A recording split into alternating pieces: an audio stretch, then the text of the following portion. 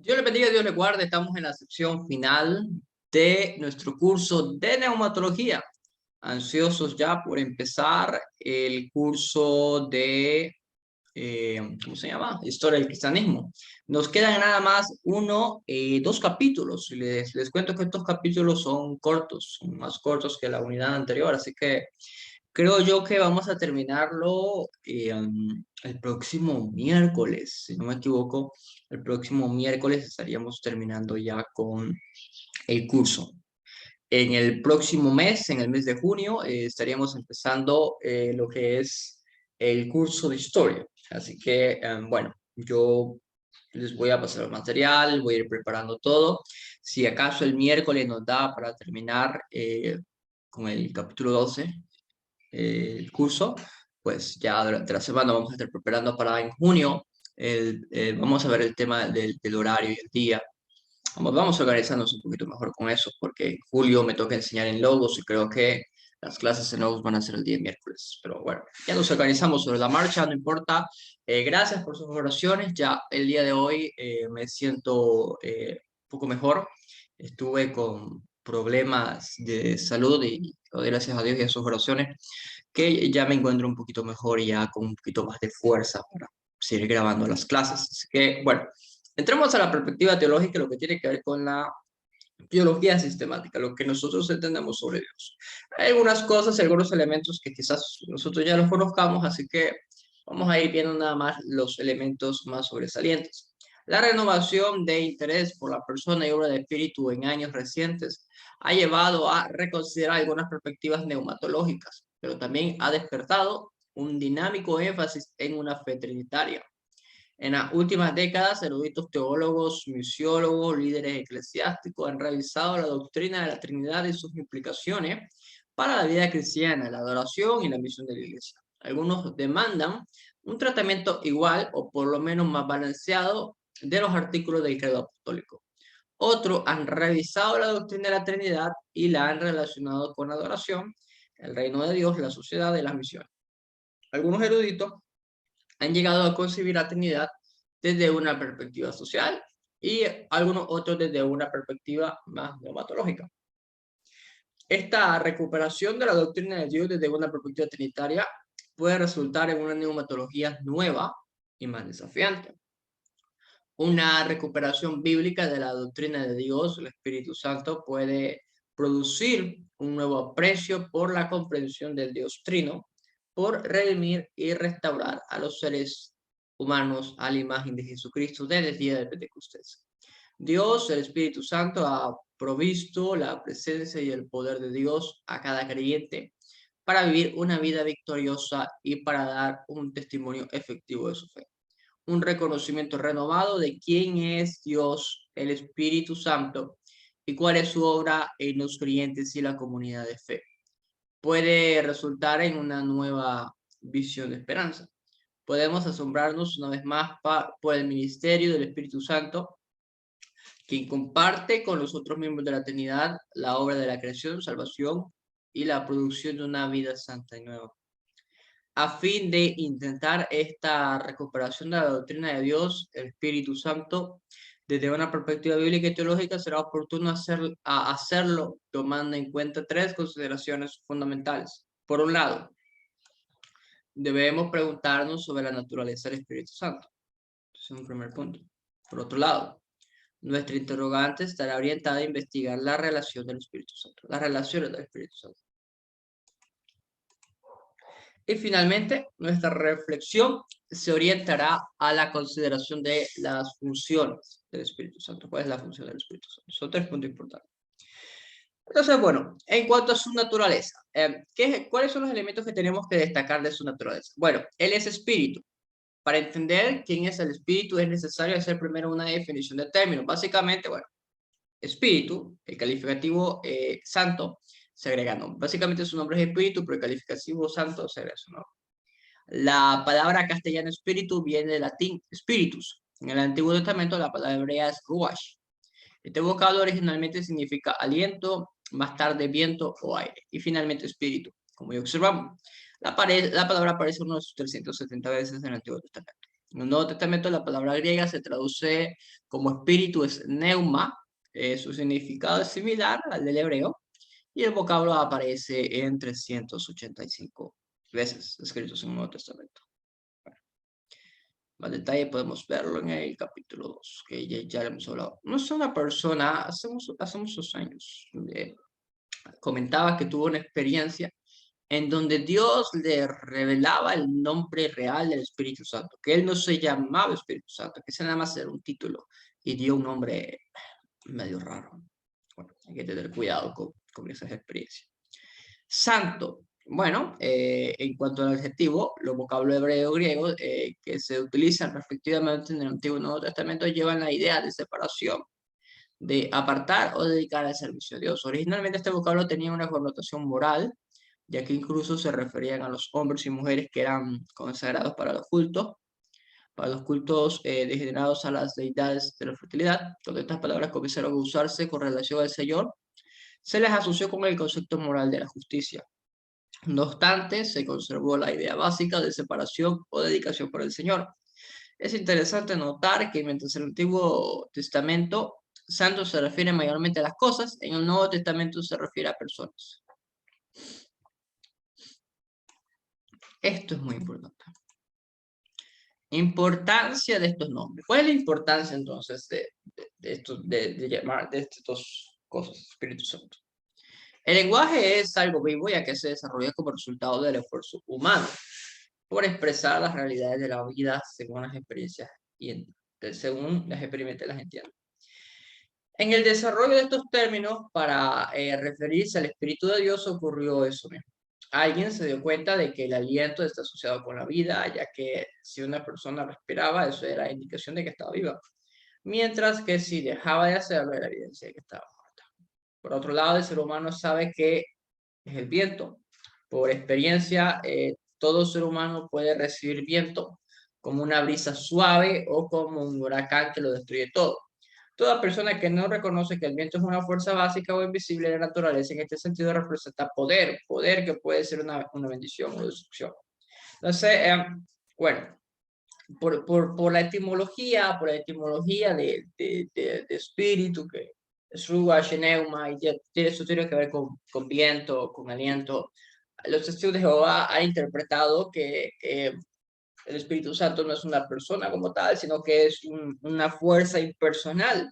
Y ellos basan sus conclusiones justamente de estudios de etimología, o sea, estudios de qué significa esta palabra en el idioma griego. Ahora, yo les aseguro que los testigos de Jehová que hacen ese tipo de estudios, nunca hay una buena enseñanza en todo eso, es que no debemos de meternos al griego y al hebreo, a estar citando griego y hebreo en la prédica o algo. Si usted nunca ha estudiado griego o hebreo, eso es deshonesto. Hay gente que dice, no, pero mira, esta palabra viene del griego neuma, que significa espíritu. Mira, usted con eso no está diciendo nada. O sea, citar un diccionario no dice nada de cómo está utilizando la palabra. Entonces, una pequeña cápsula, mano. Si usted no sabe idiomas, nunca ha estudiado idiomas bíblicos, no los utilice. Es como que, a ver, es como que me den una máquina de soldar, hermano. Dios mío, yo nunca he soldado nada. Y yo me ponga a estar enseñando cómo se utiliza una máquina de soldar. No, yo sería un peligro, amado hermano. Entonces, los testigos de Jehová sacan esa conclusión. Entonces, como espíritu, como neuma, significa, mire esto, en el Nuevo Testamento, estoy utilizando la traducción de la Biblia de las Américas, en el Nuevo Testamento, para viento, se utiliza en un versículo. Para aliento se utiliza en 2 versículos. Para espíritus que no tienen que ver con Dios, se utiliza unas 33 veces. Espíritu en general 338 veces. Hay diferentes formas en que neuma puede tener diferentes significados. Bien.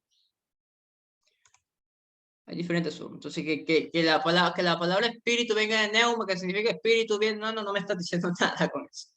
No me está diciendo nada con eso. Entonces, hay que tener cuidado con este tema de utilizar idiomas bíblicos sin haber estudiado idioma bíblico. Carácter. La comprensión de los apóstoles entre la realidad del Espíritu como experiencia vivida por la comunidad de fe y autores del Nuevo Testamento que describen esa experiencia, se interpone una serie de símbolos o, si se quiere, una serie de modos de expresar esa experiencia. Es decir, que el Nuevo Testamento, más que una constatación directa del Espíritu, lo que encontramos es que significó el Espíritu para la comunidad de fe, los primeros cristianos. Los apóstoles nos dicen, con los símbolos y expresiones que usaron, qué significó para ellos el Espíritu. De ahí que la riqueza de los símbolos y expresiones se daba a la riqueza del don del Espíritu y a la riqueza de la experiencia suscitada por el don de ese Espíritu. Según Gálatas 3, 1 al 5.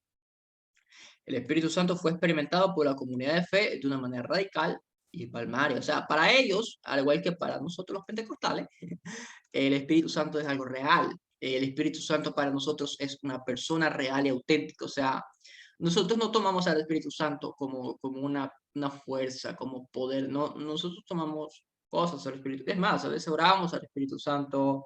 No voy a decir si está bien o está mal. Normalmente la Biblia nos manda a orar al Hijo.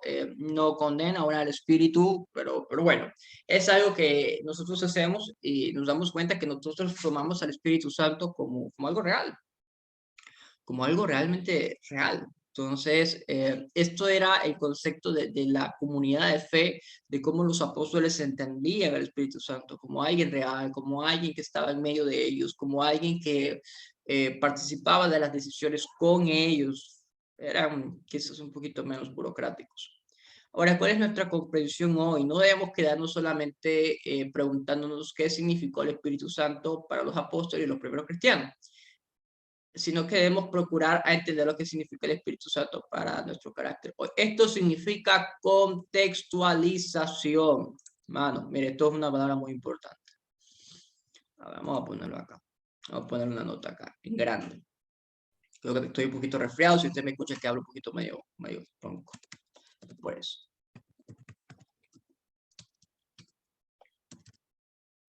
Contextualización.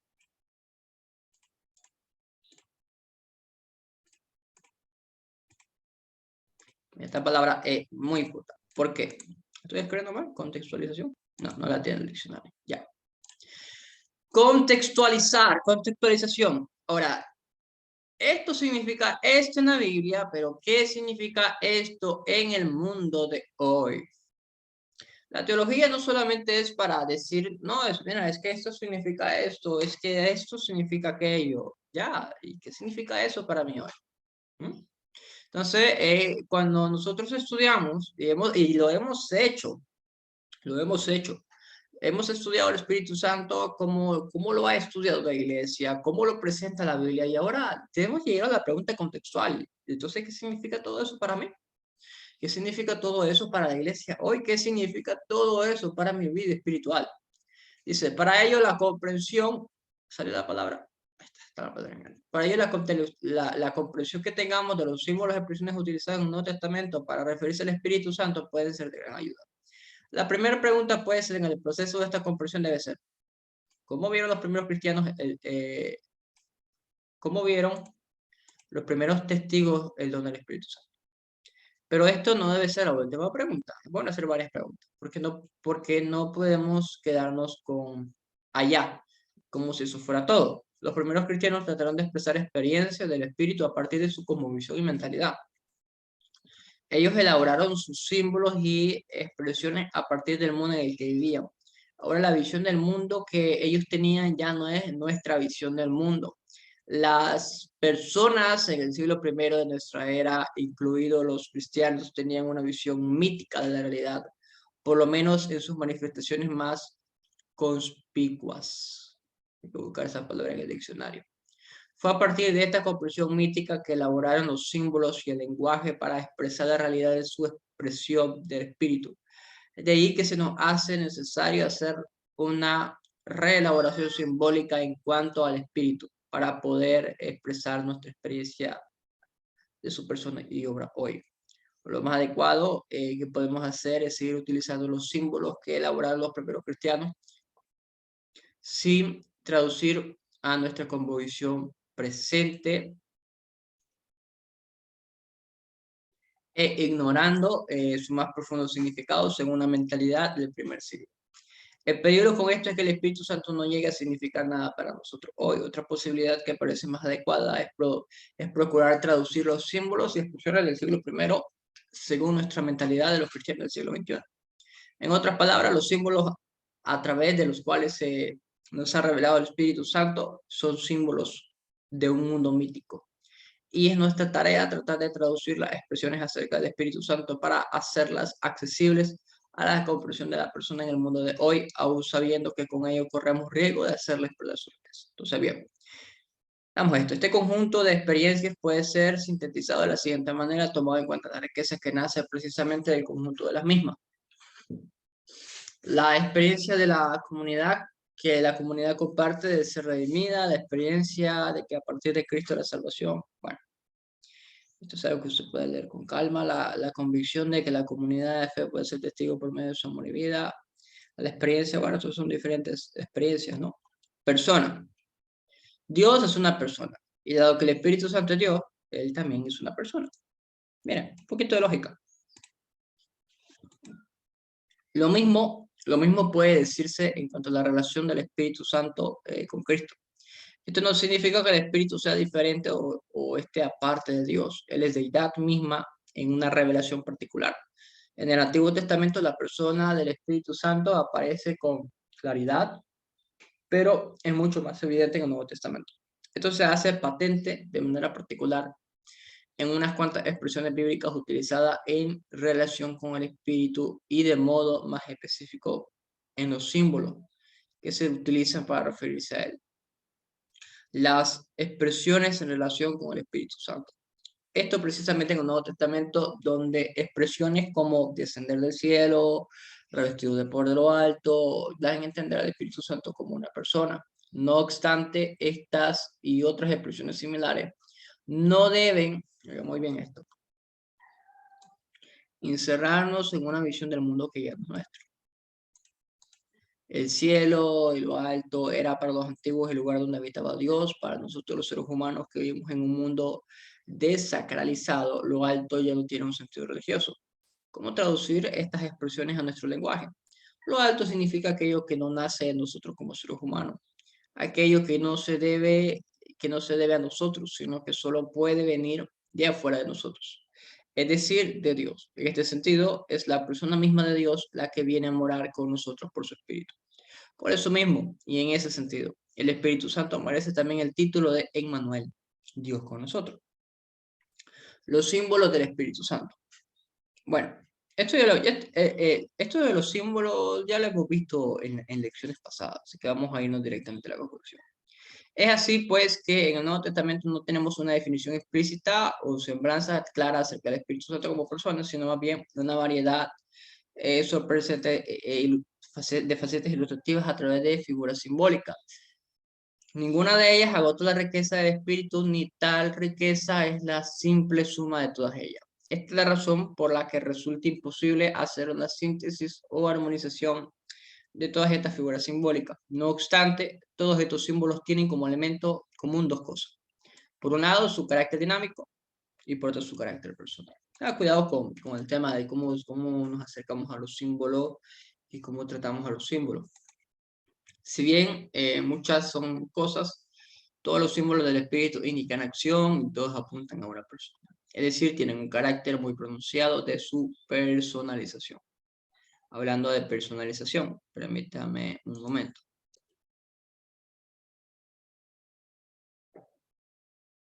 Ya, la consideración de la persona del Espíritu Santo es fundamental para discernir su carácter como persona divina. Hay varios elementos en los que se refleja su personalidad. Su personalidad se refleja en los pronombres personales usados. Es interesante considerar los pronombres personales usados con referencia a él. Vamos a ver. El sustantivo neuma es neutro. Ruach es femenino en hebreo, por si acaso. En consecuencia, todo pronombre que tenga como antecedente neuma debe ser neutro. Sin embargo, todos los pronombres que se refieren al Espíritu Santo, pero que no tienen a neuma como antecedente, son masculinos.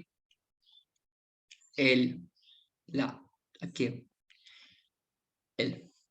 En Juan 16:13, la expresión en griego to neumates aletheia es neutra, pero ekeinos, él es masculino.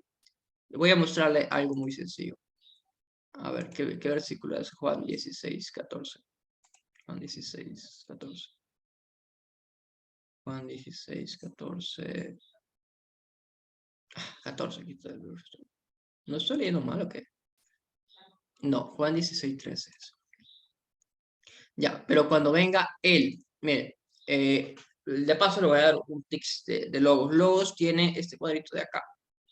No lo tienen todas las Biblias, lo tienen la NBI, la Reina Valera del 60 y la Biblia de las Américas. Usted le da clic acá, es un interlineal inverso y le va mostrando los elementos de griego de los cuales ha sido traducido. Entonces dice el autor, vamos a comprobar lo que dice el autor. La expresión en griego to neumates aletheia es neutra. Aletheia es verdad. To es un artículo neutro. Vamos a ver. Neutro. Neuma, neutro. Aletheia, aletheia, aletheia, aleteias. Bueno, aleteias dice que es femenino. Cuando venga el espíritu de vengar, de verdad. Ok. Entonces, to neumates. Ya sabemos que se refiere a neuma, el neutro. Ekeinos es masculino. Ekeinos. Ekeinos. Es un pronombre demostrativo. Es masculino. Entonces tenemos acá un sujeto que es neutro, pero su pronombre es masculino. ¿Bien? Entonces todo, cuando usted lee un libro así, que pues, trae cuestiones en griego, no necesita ser experto en griego para comprobar, oiga muy bien lo que voy a decir, comprobar que lo que dice es verdad. Usted abre el interlineal y acá, en esto de acá, que se llaman códigos morfológicos, aquí tiene la palabra griega, el manuscrito griego, y aquí le va a decir cuál es su forma en el griego, en este caso, ¿no? Lo puede hacer como en hebreo igual, pero aquí usted puede ir comprobando, ¿no? Qué significa cada elemento. Y solo explicando, la verdad que yo cuando estudié griego en un seminario, Logos me ayudó muchísimo. Entonces, bien, nos quedamos. De este modo, el pronombre masculino da personalidad al sustantivo neutro. En Juan 16:14, el vocablo griego ekeinos se enfatiza como sujeto del verbo. Generalmente el sujeto está tácito o indicativo para la forma del verbo. Además, en Juan 16:7, la expresión lo es masculino. Jesús consideraba al Espíritu Santo no como ellos, como una cosa, sino como él, masculino. Es decir, miren, los géneros en griego no quieren comunicar el género del individuo. El género aquí en el griego quiere indicar que estamos hablando de una persona, no de un objeto. ¿Ok? Por si acaso. Porque eso es el argumento que utilizan algunos judíos mesiánicos para decir que el espíritu es mujer, porque en hebreo Ruach es femenino, ya realmente sí es femenino. A ver, déjenme mostrarse los Génesis, vamos a ver, Génesis. Pues hay que saber usar el griego y el hebreo, no es simplemente porque si del principio la tercera es el espíritu. Ruach, Ruach. Bueno, me sale constructo. Vamos a ver si en el léxico no está. Aquí está, Ruach, femenino. No sé por qué tengo uno en inglés teniendo uno en español. No, esto no es. A ver, aquí está. Ruach, femenino. Sustantivo femenino. Entonces, ya cuidado.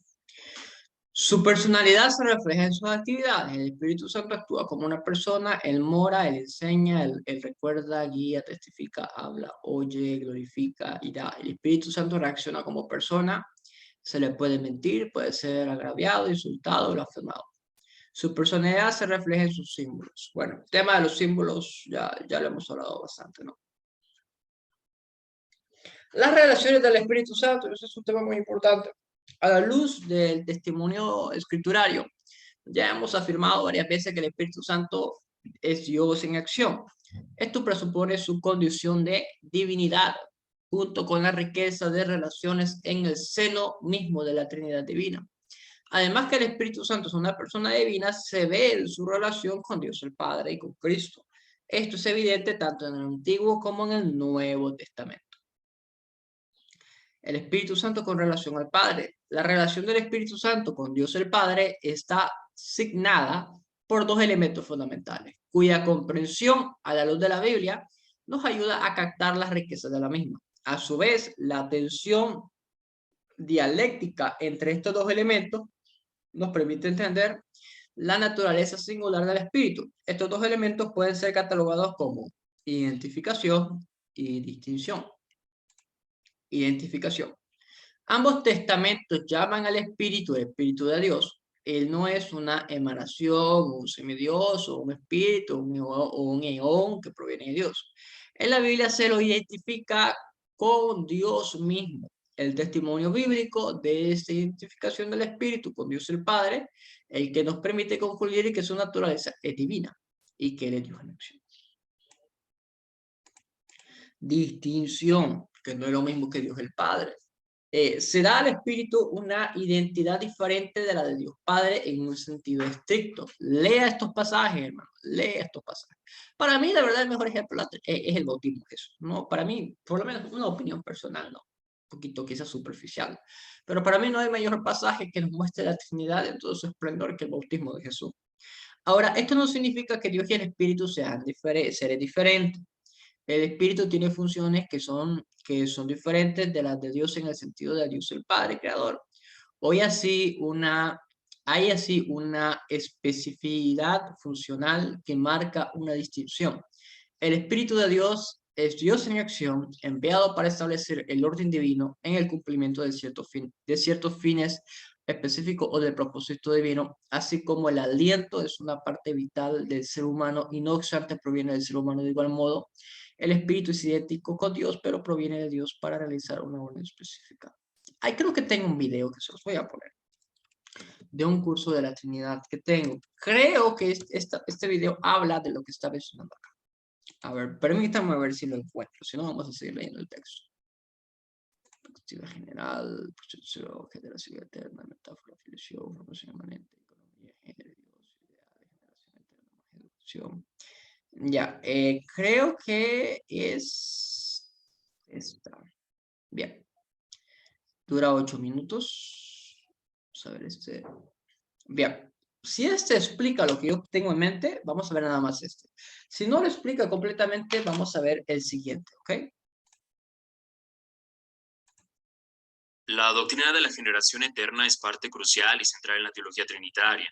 Es parte de la doctrina más amplia de los procesos dentro de la deidad. Esa parte de la vida en el Dios viviente en la que el Padre engendra eternamente al Hijo. El Hijo es engendrado o generado desde el Padre y el Espíritu procede del Padre y del Hijo en la postura occidental.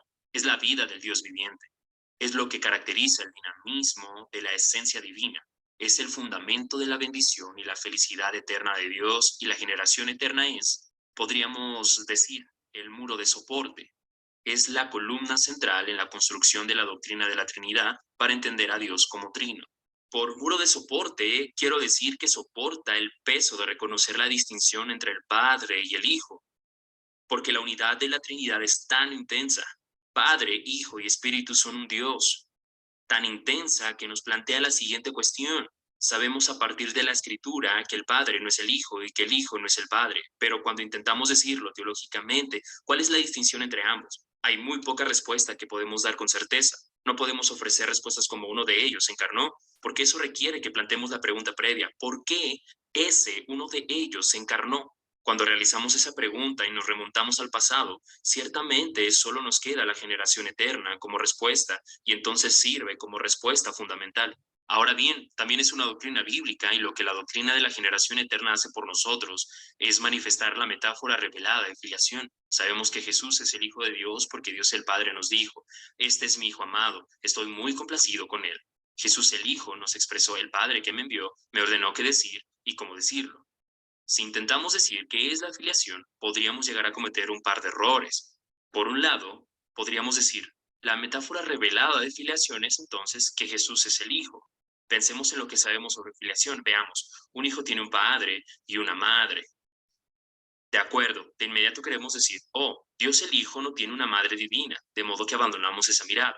Los hijos son más jóvenes que los padres. El Hijo divino no es más joven que el Padre divino, de modo que descartamos eso. Y al descartar las cosas que no pueden ser ciertas en cuanto a la naturaleza de la filiación del Hijo de Dios, nos vemos diciendo algo así. De acuerdo, pienso que Dios está intentando comunicarse. Pienso que el mensaje central de filiación es cualidad de procedencia. Un hijo es procedente del Padre. Hay otra cosa que la metáfora revelada de filiación intenta comunicarnos, y es homousios, una sustancia, la misma esencia. Cuando un padre tiene un hijo, el hijo es de la misma esencia que el padre. En oposición, hacia el padre erige una estatua. La estatua es de una esencia diferente. Y así dicha distinción creador-criatura es la que se construye en esta metáfora de filiación a medida que la desplegamos por medio de la doctrina de la generación eterna. Así, generación es la forma tradicional de la teología cristiana de leer la Biblia y decir, ¿qué significa hijo? No significa X, Y ni Z, significa que el hijo procede eternamente del Padre. Ahora bien, además de la acción de limitar lo que significaría filiación, la doctrina de la generación eterna nos ayuda a expresar un poco más lo que podríamos decir de otra manera. Simplemente podríamos decir, sabemos que el Padre envió al Hijo. ¿Qué significa hijo? Sabemos lo que no significa, pero no podemos decir exactamente lo que significa.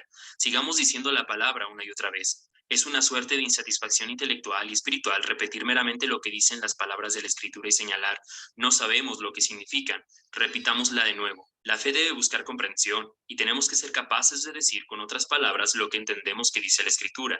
La generación nos ayuda a expresar eso, que cuando digamos filiación, no dejemos simplemente eso como una palabra desprovista, sino que digamos significa cualidad de procedencia.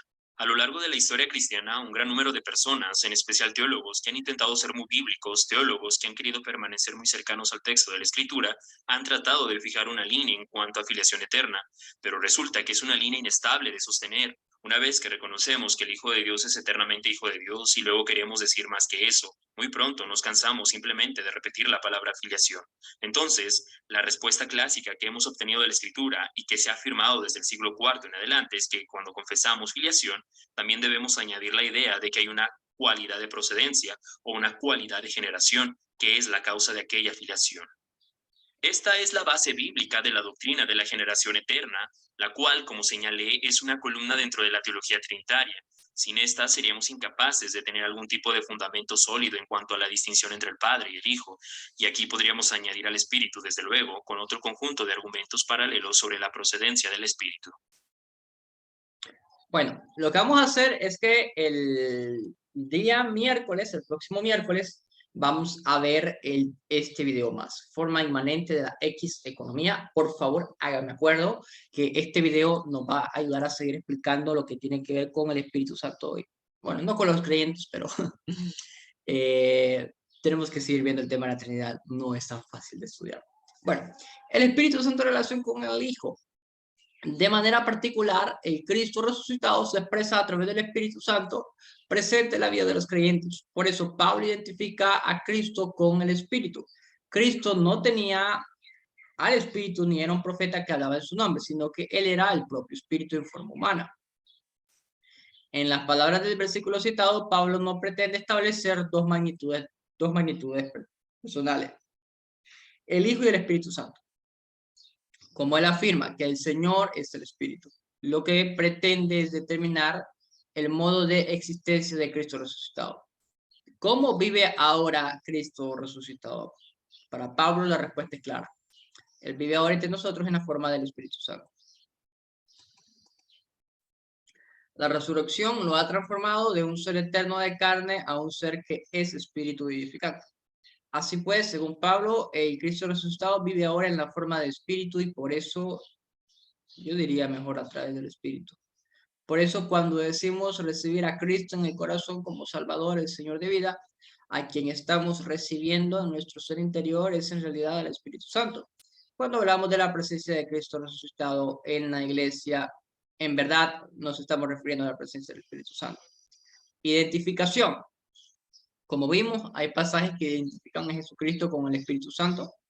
Primera de Pedro 1:1 se hace referencia al Espíritu de Cristo como que estaba en los profetas del Antiguo Testamento, como testificando de antemano a través de ellos acerca de los sufrimientos de Cristo y de la gloria que vendría después de esto. En 2 de Corintios 2:3-7, la expresión el Espíritu del Señor parece ser equivalente al uso de Jehová en el Antiguo Testamento.